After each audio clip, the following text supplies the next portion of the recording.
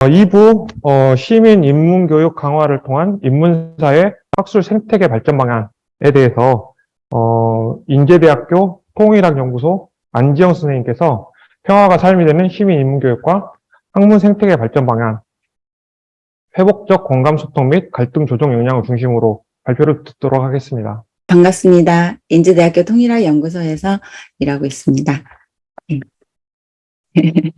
감사합니다.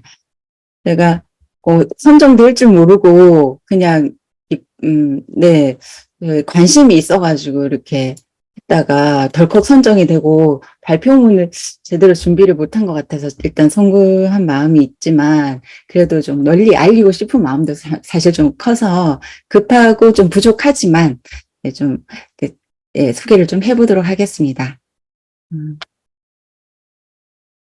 예.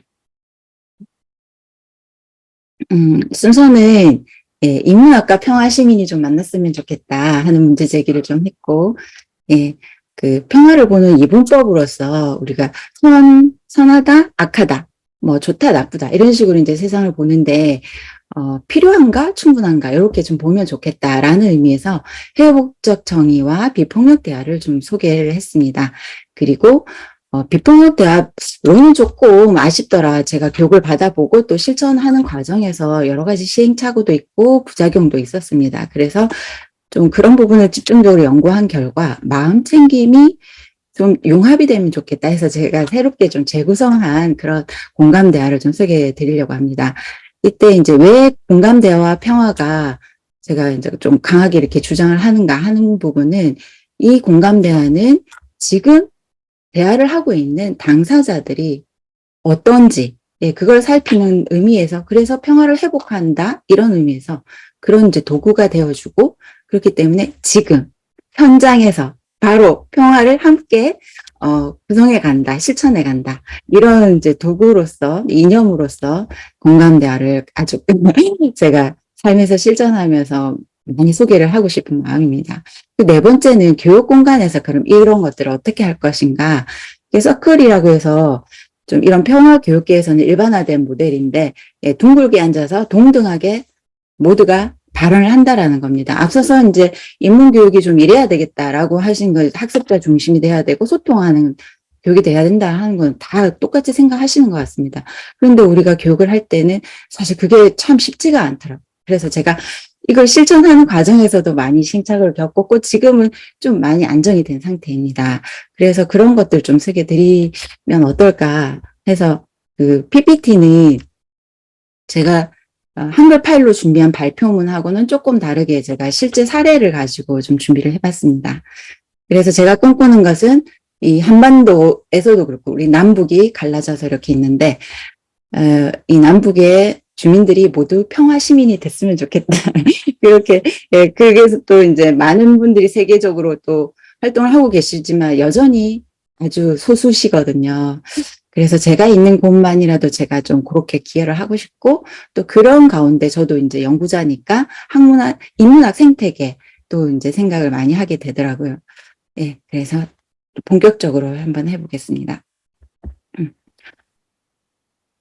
아까 말씀드렸듯이 제가 이 발표에서 개념을 평화가 삶이 되는 시민 인문교육을 좀 줄여서 평화시민 인문교육이라고 지칭을 했습니다. 그래서 평화시민이라 하면 자신과의 소통도 물론이고 타인과의 소통을 좀 공감적으로 하면서 갈등을 평화롭게 조정하고 회복하는 이제 그런 삶을 사는 사람? 그렇게 해서 평화 역량 교육은 그러한 역량을 기르는 교육이고 또 시민 인문 교육은 시민들이 인문 이제 교육을 하는 것이기도 하고 인문학적인 소양을 기르는 것이기도 하는 거잖아요. 그래서 이런 모든 것들을 좀 융합을 해서 평화 시민 인문 교육이라고 이름 지어봤습니다. 이렇게 좀 넘어가겠습니다. 아까 이제 인문학 대중화가 가져온 성과 비판에 대해서 그리고 대안에 대해서 많은 연구자들이 연구를 해주신 걸 이번 기회를 통해서 제가 좀 공부를 해봤습니다. 그래서 2015년 연구 결과가 좀 소멸하는 데가 많다 이랬는데 여전히 그렇다고 아까 말씀하셔서 마음이 아팠고 또 저도 이제 석박사 과정을 했지만 그런 과정에서 우리 그 사회적으로 떠들썩한 뭐 조국, 김건희 이런 문제들 우리가 사실 간행적으로 다 알고 있는 것들이잖아요. 그래서 지금 학문 후속 세대도 인문사회 분야는 거의 뭐 생계가 위태로워서 아예 뭐 저희 제자가 교수님 어떻게 하면 이 공부를 할 수 있습니까? 해도 제가 추천을 못하는 입장이 돼서 너무 마음이 아팠습니다. 어쨌든 이런 교육들이 좀 일반적인 교육이 되어서 우리 학문 생태계도 좀 건강하게 평화롭게 가꾸고 또 시민들도 그렇게 양성하는 그런 교육이 되었으면 좋겠습니다. 네, 선행 연구에 대해서 좀 적어봤고요. 그래서 제 경력을 조금 소개해드리면 저는 2009년, 2010년 이렇게 비폭력대화 회복적 정의를 그러니까 평화교육을 공부하면서 그러니까 통일학과에서 평화교육에 관심을 갖게 됐고 이렇게 소통과 갈등 해결에 관심을 갖게 됐습니다. 그 이후로 이제 저도 실천을 하면서 살기 위해서라도 계속 이거 연습을 해야 되는구나, 더 공부해야 되는구나. 그래서 여기 좀 집중해서 연구를 하고 있고 경력은 이제 민주시민교육원이라는 데서 유아부터 예, 노년기까지 노인대학까지 이렇게 모두 섭렵했다고 할 수 있습니다. 지금은 이제 대학 강의 위주로 하고 있고요. 그래서 제가 아주 도발적인 제안을 했습니다. 4대 폭력교육 우리 다 받고 있잖아요. 평화시민교육으로 좀 대체했으면 좋겠다. 예, 누구나 다 보편적으로 좀 이 교육을 한다면 폭력 예방 교육은 우리가 잠재적인 폭력 가해자로서 폭력 감수성 어떻게 하면 본망을 피하면서 예, 그 기준만 좀 우리가 준수할 수 있을 것인가 이런 교육을 받는 느낌이었어요, 저는. 그래서 오히려 갈등을 어떻게 해소할 수 있고 그걸 소통할 수 있는가 그런 이제 능력을 기르는 교육이 더 필요하다. 그래서 회복적 정의가 이제 우리 사회에도 많이 도입이 돼서 저도 이제 회복적 실천가라고 좀 자부를 하고 있는 중입니다. 회복을 목표로 해서 그전 같으면 이제 누가 잘못했어. 잘못한 사람 판사가 이제 형벌을 내려서 그 감옥에 가두거나 어떤 이제 형을 살잖아요. 그런데 이제 회복적 사법은 당사자 공동체가 주체가 돼서 자발적으로 책임을 지고 함께 해결해가는 과정입니다. 그래서 이게 지금으로서는 이제 주류적으로는 이제 사법 체계에서 회복적 사법으로 많이 예, 1974년 이제 캐나다의 아주 작은 마을에서 벌어졌던 사건을 당사자가 피해 입은 그 마을 사람들과 2명의 가해 청소년 직접 만나서 그 청소년들이 뭔가 교도소를 가는 게 아니라 몸으로 노동을 해서 그 피해를 당사자들이 원하는 방식으로 일을 하면서 일의 재미도 알게 되고 결국 그 두 친구 중에 한 사람은 회복적 실천가가 되어서 그 마을에서 좀 자랑스러운 일꾼이 되는 거죠. 이 사건이 세계적으로 다 이렇게 조금 서구의 사법 체계를 바꾸는 획기적인 시도가 되었습니다. 그래서 유엔 차원에서도 이 회복적 사법을 강조하고 확산을 시키기 위해서 노력하고 있는 것으로 알고 있습니다. 그래서 제가 조금 이제 글로 보여드리기보다는 제 사례랑 좀 섞어가지고 제 교육 자료를 가지고 좀 와봤습니다. 그래서 제가 북한 사회와 일상이라는 교양 과목을 100명 정원으로 했었거든요. 이제 이번 학기부터 정원이 50명으로 줄었는데 100명을 2019년 2학기부터 맡았고 이제 강의는 전공 과목을 2015년부터 이제 그때는 소수니까 10몇 명 뭐 통일학부가 그랬습니다. 그런데 100명 교양 과목을 하면서 본격적으로 제가 이 회복적 정의와 비폭력 대화를 접목하는 시도를 시작을 하게 됐거든요. 그게 이제 논문으로도 발표가 됐고, 지금 제 연구 주제가 갈등 조정자를 양성하는 평화 통일 교육을 개발하는 거예요. 여기서도 제가 이제 한반도 평화 시민이라는 이제 개념으로 모든 시민들을 좀 그렇게 양성하고 싶다 하는 포부를 밝히면서 이제 연구 과제가 선정이 되었습니다. 대결에서 협력으로 이 패러다임을 바꾸자. 그래서 우리 모두가 이런 철학과 그 역량을 갖춘 평화 시민이 되자. 그 방법은 뭐냐? 비폭력 대화 마음 챙깁니다. 뭐 이런 식으로 좀 설명을 해보겠습니다. 그래서 회복적 정의로의 어떤 세계관을 가진다는 것은 고통이 있고 갈등이 있고 위기가 있는데 이것을 반기는 거예요. 회복이 필요하다는 거네? 하고 이제 그렇게 기회로 본다는 거죠. 그래서 그 소통 기술을 이제 안녕하게 모두가 좀 안녕한 상태로 회복하는 공감을 좀 하는 게 좋겠더라. 제가 이제 경험을 해보니까 그렇고 저희 주변 동료분들도 예, 아주 놀라운 기적적인 그런 상황들을 많이 맡고 있습니다. 그 갈등 해결 현장에서. 그래서 우리가 공감 역량, 그 공감이 본능이더라. 그래서 인류가 이만큼 진화해 올 수 있었다 하면서도 사실상 비교하고 대결하고 예, 그렇게 경쟁하는 시스템을 만들어 놨고 그런 문화가 우리가 선한 행동을 하는 게 오히려 바보스럽다는 평가를 받게 되는 그런 지경에 이르렀잖아요.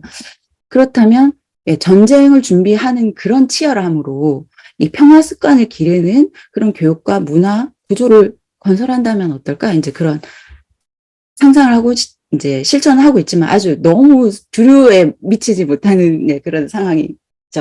그래서 제가 연구자보다는 실천가를 하고 싶었어요.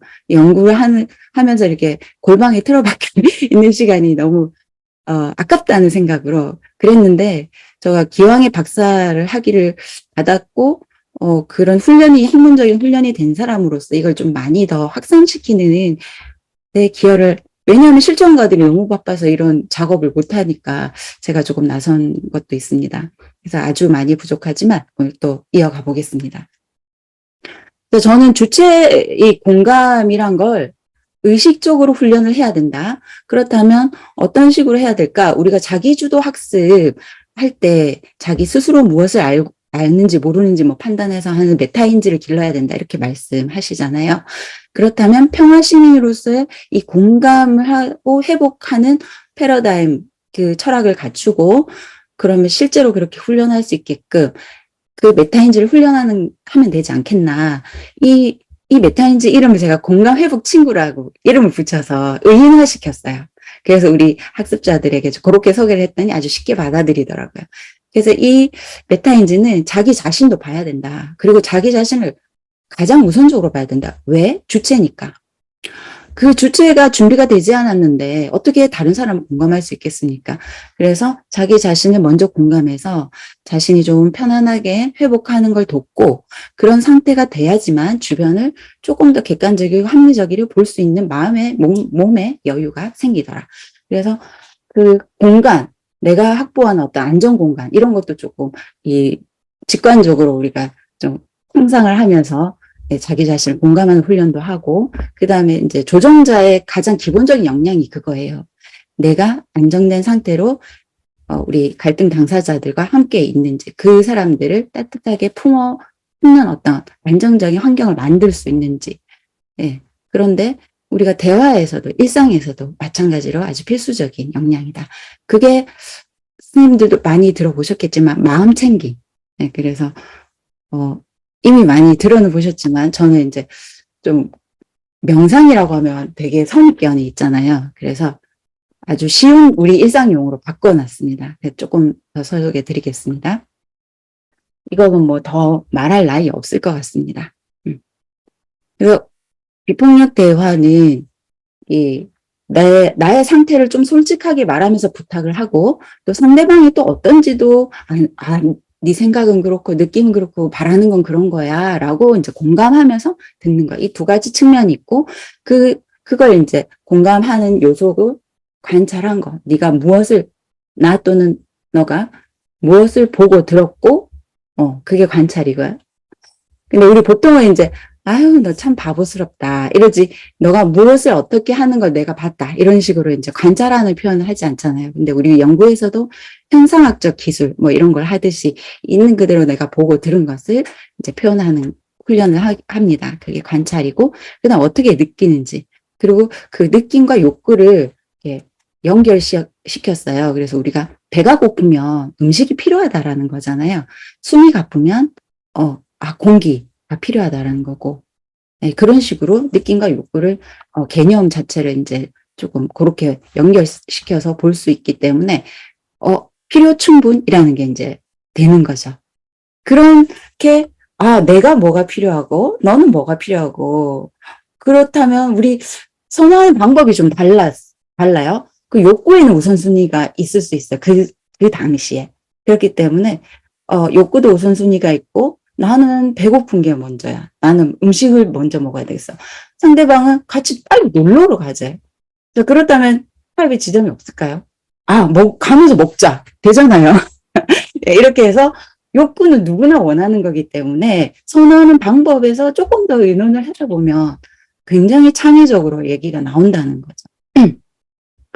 그래서 그 마음 챙김, 비폭력 대화는 아직까지 모르겠지만 마음 챙김은 구글이나 뭐 막 MS나 애플이나 다 한대요. 예. 그래서 저 요 책이 좀 마음에 들어서 소개를 좀 드리고요. 자, 이 마음 챙김을 숨쉼이라는 한 단어로 정리를 해버렸습니다. 그래서 호흡이 제일 중요한 기초 요소인데, 숨을 쉬면서 나의 이 공간을 좀 여유로운 공간, 안정을 취할 수 있는 공간으로서 자신을 챙기고, 자신의 몸과 마음을 챙기는 어떤 그런 의식적인, 노력을 좀 할 수 있고, 다른 사람과의 관계에서도 저 사람의 말에 내가 좀 힘들다. 그러면 이 안에서 가상한 공간을 내가 만들어서, 우리 뭐 메타버스 얘기하는데 상상이 가능하잖아요. 그 안에서 내가 나를 챙기는 거죠. 숨을 쉬면서. 쉼의 공간을 가지자. 우리 학생들이 이 숨쉼이라는 용어를 너무 좋아해요. 남녀 학생 할 것 없이, 교수님 숨쉼부터 합시다. 뭐 이렇게 해요. 그래서 그냥 숨 쉬는 걸 의식하고 쉬면 되는 거죠. 나머지 더 깊은 거야 뭐 전문가가 하면 되는 거고, 그것까지는 하지 않더라도 아주 효과가 높다는 경험을 말씀드립니다. 그래서 아까 말씀드렸듯이 4가지 요소를 조금 더 살펴보도록 하겠습니다. 이 비폭력 대화 마음 챙김 요소를 융합했더니 뇌를 훈련하는 것과 같더라는 그걸 제가 좀 알아차렸습니다. 그 뇌과학자이면서 비폭력 대화 트레이너인 사람이 있거든요, 미국에. 그분의 이제 제가 워크숍을 참여를 하면서 요런 이제 그림을 한번 만들어 봤습니다. 우리가 어떤 위기 상황에서 도망, 공격, 3F라는 그런 이제 반응을 하게 되는데, 이런 반응이 아주 자연스러운 반응이기 때문에 일단 그런 상황에서 내 몸 반응이 그렇다면 숨을 쉬면서 내가 그렇구나. 그 긴장과 그 위급한 그런 에너지가 확 솟구치는 이제 내지는 도망가고 싶은. 그래서 잠시 멈춰서 숨 쉬고 안전거리가 필요하다. 그래서 제가 최근에 이제 코로나 상황에서 안전거리 얘기할 때 사실은 좀 반가웠어요. 사회적 안전거리뿐만 아니라 우리가 그 대화 공간 안에서도 소통하면서도 교육하면서도 일상적으로 서로에 대한 경계도 좀 지켜주고, 그래서 동의를 구하고 안전거리를 지켜가면서 서로 이렇게 뭐 가까이 할 수도 있고, 잠시 우리 멀어지자 동의한 상태에서. 그래서 나 좀 삐지는 상태가 됐네. 나중에 얘기하자. 이게 얼마든지 가는데 그런 훈련 자체를 안 해본 거죠, 우리가. 그냥 존중해라. 뭐 배려해라. 나는 경험해 본 적이 없는데. 그런 문제의식으로 이렇게 좀 만들어 봤습니다. 그래서 관찰, 느낌, 욕구 이런 것들 의식한다는 그 자체가 이 3가지 뇌를 차등하지 않고, 우리가 사실은 생존뇌, 파충류뇌라고 하면서 조금 하등하게 여기잖아요. 그게 아니라 그래서 뭐 IQ, EQ 나눌 것도 없이 그냥 통합적으로 뇌를 쓰는 것이더라고요. 그래서 관찰이라는 것은 내면에 대한, 내가 이렇게 보이는 상황을 어떻게 판단하는가도 전 중요하다고 생각해요. 왜냐하면 사람마다 가치관이 틀리기 때문에 어떤 상황을 보고 저 참 나쁘다라고 생각할 수도 있고, 저거 괜찮은데 할 수도 있다라는 거죠. 그래서 일단 공감은 첫 번째는 상대가 말하는 그 자체를 존중하면서 듣는 것이다. 관찰하는 것이다. 그래서 실제로 무슨 말을 어떻게 하는지 그것을 내가 잘 듣는 것이다. 이렇게 정리를 했고요. 그래서 이제 이런 아주 좋은 참고 영상들이 있더라고요. 욕구는 욕망 이렇게 해서 좀 아주 부정적으로 여기시는 분들이 많은데, 이건 여기서 말하는 건 매슬로우라든지 이런 분들이 얘기한 생존 욕구를 얘기하는 겁니다. 그래서 우리가 지금은 다 알고 있듯이 인권에서도 물질적인 것만 인권이라고 하지 않잖아요. 옛날 같으면 내가 널 못 먹였니, 못 입혔니 이렇게 말해주면 그게 통용이 안 되는 우리 인권 시대에 살고 있는 것처럼, 욕구는 정서적이고, 몸에 필요한 것, 마음에 필요한 것 사회적으로 주고받아야 되는 것, 구조적인. 그래서 우리가 요한 갈퉁이 말한 적극적 평화, 구조적이고 물리적이고 문화적인 이런 모든 차원에서 전체적인 평화가 가능해야 된다. 그래서 욕구를 느낌과 연결시켰다고 아까 말씀드렸잖아요. 배고프면 먹는 게 필요해. 답답해. 신선한 공기가 필요해. 요렇게. 예, 그렇다면 우리가 이 통증이나 고통이나 좀 불편한 느낌을 어떻게 받아들일까요? 요런 비폭력대화 시각으로 본다면, 회복적 정의 시각으로 본다면. 예, 제가 학생들에게 이제 느낌 단어를 쫙 보여주고 어떤 느낌을 좀 없애버릴까요? 하면 불편한 쪽에 있는 느낌을 싹 없애버리죠. 그럼 정말 없애버릴까요? 이런 표현 없어도 살 수 있을까요? 하면 어떤 학생이 이렇게 이제 나서주더라고요, 고맙게. 자, 이런 표현들이 없다면 우리는 정말 살기 힘들어질 겁니다. 근데 이 영상, 참고 영상인데, 무통증 장애를 선천적으로 내지는 사고 이후에 후천적으로 가지게 될 경우에 생존이 늘상 위협받는다라는 거죠. 배고픈 줄 몰라서 굶어 죽을 수도 있는 그런 상태인 거죠. 그래서 우리는 느낌을 느낄 수 있는 그것 자체만으로도 참 감사하다. 그렇다면 조금이라도 불편한 느낌을 어떻게 느낄 것인가에 대해서 이것도 참고 영상입니다. 우리가 느낌 단어라고 하는 것은 정서적이고 아주 추상적인 걸로 생각하지만 실제로는 이런 우리 상태에 대해서 나도 파악을 하고 상대에게도 표현할 수 있게끔 만들어진 단어라는 거죠. 네. 그래서 좀 더 보여드리겠습니다. 네, 분노까지 가는 건 2차 감정이에요. 그런데 1차 감정일 때 아주 미세할 때 잘 느껴서 나도 스스로를 알아주고 잘 챙기고 상대방도 그걸 이제 잘 파악해주고 공감하고 그런 게 필요한 거죠. 그래서 이런 상태일 때면 내가 놀랐어 내지는 네가 놀랐어 이렇게 이제 대화가 오가는 게 필요한 거죠. 네. 그럼 불안은 주의를 기울이라는 내 생존 욕구의 이제 안정감, 보호, 안전 이런 게 필요하다는 신호라는 겁니다.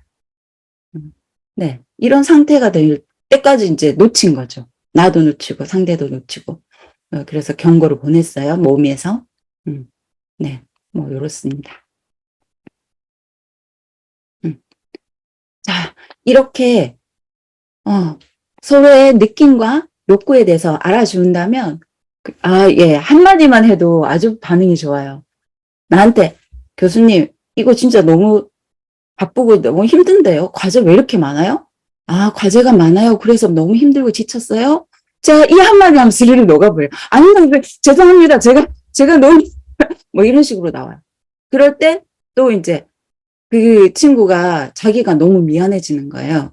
그럴 때 제가 그 미안한 마음을 좀 회복하도록 조금 더 도우면 뭐 지각해서 또 미안해하는 친구도 학습이 제대로 안 돼요.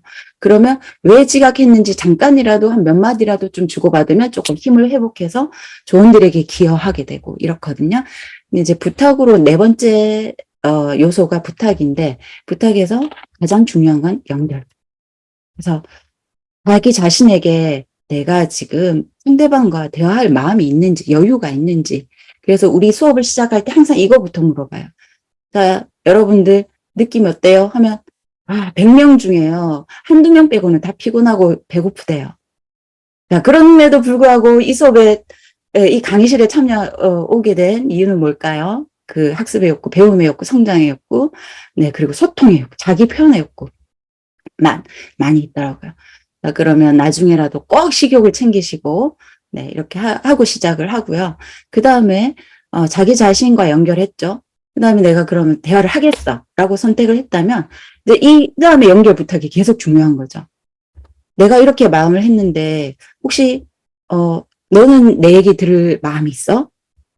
그렇대요. 그러면 내가 상대방의 얘기를 했어요. 그럼 내 얘기를 했는데, 네가 들어보니까 너는 어때? 어떻게 생각해? 느낌은 어때? 뭐 이렇게 물어보는 거죠. 그 다음에 상대방의 얘기를 듣고 난 다음에 네 얘기는 이렇다는 거 맞아? 내가 이렇게 들었는데 제대로 들은 거 맞아? 이것도 연결 부탁이에요. 그 다음에 그런데 그러면 내 얘기를 들어볼래? 그렇게 해서 그 다음에 자기 표현을 하는 거죠. 이렇게 해서 핑퐁처럼 주고받는 게 아니라 투 스텝을 밟듯이 너는 그렇구나. 내 얘기를 들어볼래? 나는 이래. 내 얘기 들어보니까 어때? 이렇게 이제 주고받는 거예요.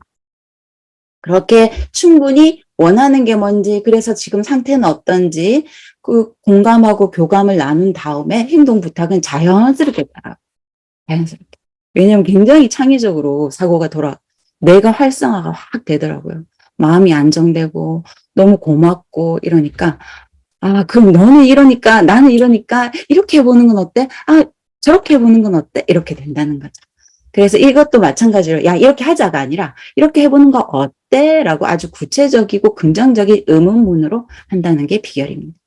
자, 그렇게 해서 그러면 어떤 행동을 보더라도 내가 어떤 행동을 하더라도 자책하거나 비난하는 게 아니라 야, 그럼 우리가 지금 이런데 어떤 걸 회복을 할까? 이런 식으로 하니까 자, 시민 인문 교육이 이루어지는 공간에서 만약 그런 식으로 토론이 된다면 어떨까요? 네, 아픈 곳이 각자의 몸의 중심이 되고요. 또 갈등이나 통증이나 아픔이 있는 그런 주제가 오히려 우리 이제 토론의 화두가 되어서 더 활발하게 얘기를 나누게 되는 거죠. 네. 그래서, 자, 그렇다면 이제 서클로 넘어가겠습니다. 서클은 동그랗게 앉아서 각자가 한 번씩 발언하는 거예요. 그래서 제 수업은 플립 러닝입니다. 거꾸로 수업. 그래서 제 이제 수업 교재를 학생들이 읽고 와서 그 퀴즈를 각자 그 중요한 대목을 각자가 뽑아서 의견을 적어서 미리 이제 생각해 오는 거죠. 그래서 와서 4인 1조가 기본이에요. 그래서 돌아가면서 매주 이제 조장을 맡는데 조장이 하는 일은 질문이 뭔지를 알려주는 역할. 그렇게 해서 이제 돌아가면서 한 사람씩 의견을 얘기를 하고 또 다음 주제로 넘어가고 뭐 이런 식으로 하거든요. 근데 이 서클을 하는 이제 진행자를 양성하는 이제 교육에도 제가 참가해서 그 다음에 적용을 해보려고 하니까 사실은 잘 안 됐어요. 그래서 한 사람씩 얘기를 30명이었는데 하고 나니까 교육할 시간이 없는 거예요. 뭐 이런 식으로 해서 제가 이제 이것도 마찬가지로 재구성했는데 여기서도 중요한 이제 그 핵심이 동그랗게 앉는 게 중요한 게 아닌 거예요. 평등한 관계가 더 중요하더라. 네, 교수자든 학습자 간에든 그런 것들은 또 어떻게 구현할 수 있는가. 그게 바로 공감대하더라. 예, 불편한지를 감지할 수 있어야지. 그리고 감지만 하면 안 되잖아요. 그걸 발언할 수 있게끔 해주는 그런 공간이 되는 곳이 서클이더라. 그래서 여기 보시면 이게 어디일까요? 예, 제가 통일학 전공자잖아요. 북한에 항상 이제 공부를 하다 보니까. 북한에서 원탁회를 한다고? 그래서 너무 깜짝 놀랐어요. 그렇다고 여기서 서클과 같은 대화가 이루어질까요? 네, 적자생존이라고 하더라고요. 지도자가 말씀하시면 적는 신용을 하지 않으면 그 사람 나중에 문제가 생겨요. 네, 숙청 대상의 1순위가 될 수도 있죠. 네, 그럼 부탁드립니다. 네, 네. 그래서 권력 구도를 알아차리고 공감대화로 풀어가는 것들이 필요하다.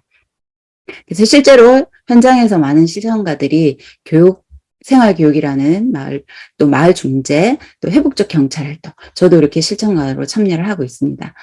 네. 그래서 통일 분야에서도 이념 갈등이 굉장히 심하잖아요. 사회적 대화로 제가 이제 이 분임조에 10명 이제 안팎의 인원들이 이렇게 동그랗게 모여 앉아서 보수든 뭐 상관없이, 진보든 뭐 상관없이 또 일부러 섞어요. 않는 거죠. 예, 그렇게 해서 진행을 했을 때 참가자들 마무리 소감이 이런 거 너무 많았으면 좋겠어요. 너무 좋았어요. 이렇게 되고요. 뭐 제 수업도 마찬가지고 회복적 경찰 활동도 지금 너무 잘 되고 있는데 문제는 전문가가 없어요. 너무 없어요. 전국적으로 아무리 확대하고 싶어도 의뢰가 들어와도 해줄 사람이 없어요. 예, 그래서 제가 이제 초등학교부터 대학교 뭐 노인층까지 이렇게 다 해봤더라. 예. 그리고 마지막으로 넘어가서 제가 이 교육을 받은 또 실천가이다 보니까 너무 이점이 많았어요. 조금 마지막으로 자랑하고 끝내겠습니다. 안 나오네요. 제가 수업 평점이 4.81 뭐 이렇게 4.85 그리고 에브리타임이라는 이 학생 전용 앱에서 4.81이라는 평점 아주 큰 호평을 받고 지금 조금 떨어져서 다시 열심히 하려고 준비 중입니다. 이상입니다.